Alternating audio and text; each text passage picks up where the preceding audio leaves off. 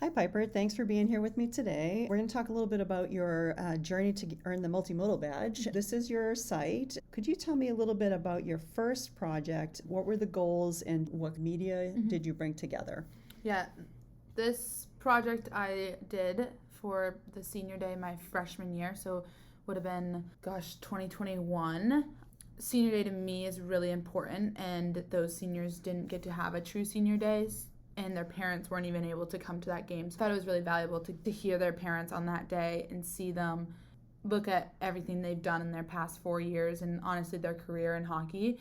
A lot of us, we play our 4 years here and then we're done. So I reached out to the parents and I got various images that were really fun to go through. So I had developed a Google folder that was broken down into each player, and then from there parents and siblings kind of uploaded to there.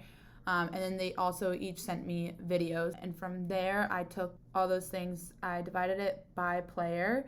And then, so it kind of like went through some pictures, and then it ended their section with a video from their parents. I also used PowerPoint. There was a template on PowerPoint that allowed me to organize, to like highlight some of their achievements while playing at UNE, and then used music that was free online from YouTube Studio, available to the public to use, and I cited it in there as well, and just kind of pieced it all together from there. And I can see you used iMovie here Yes. to put those all together. And now this is a 10-minute long video, which is a pretty long video. When was it shown? It was shown at senior day, so they still were able to play in the game, and we gave them their senior day baskets and decorated actually a classroom, because that's where we got dressed that day.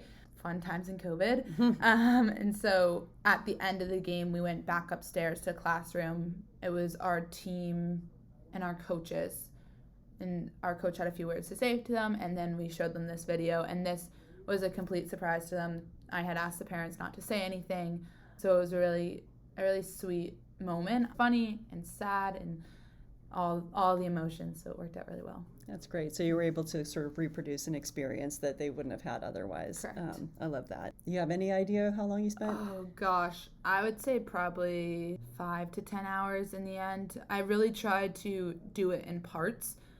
It was also helpful because it was during COVID. There wasn't that much else going on, so it was a lot of time in my room. Making the most of it. Yeah, so, and I actually used Audacity. I'm seeing that now too, which I kind of forgot about. Yep. Probably once or twice a week I'd be like, okay, I'm going to do this player today, and then I'd move on and kind of piece it together that way. Awesome. Thank you. The second project I think you worked on specifically for DigiSpace Correct. was the uploading the iMovie tutorials. So we see that's a lot less complicated than the last one. And so this was your second project. For the multimodal badge, you need to have at least 2 different types of projects. So you have 2 movies so far. Tell us about the final project here.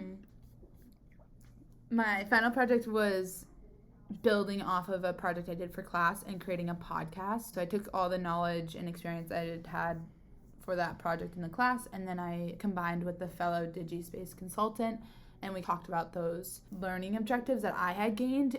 So it was focusing on food insecurity in the classroom, and the consultant was an education major, so we really talked about the overlap that occurs between those two. I used Audacity originally to record everything and insert the music for the intro, and then I uploaded that to be hosted on SoundCloud, and then from there linked the SoundCloud to my WordPress site. Okay, great. And I'm going to back us up here a little bit. So here is your reflection about the podcast. That is one of the requirements of when you create the project. You have to show what tools did you use and then explain a little bit about how it went. Is there anything you would say you took overall from the reflective element of creating those projects? Doing the reflection part, I showed how important reflection can be for your work moving forward. So in the beginning, I was like, why do I have to do these reflections? And they can be a little tedious, but I think taking the time to write them helped me become more direct when I do future projects. So I think that's probably what I've taken most from, is just learning for the future how I can more efficiently produce these projects. Well, thank you for taking us through that process. I appreciate you sharing your work with us. Yeah, of course.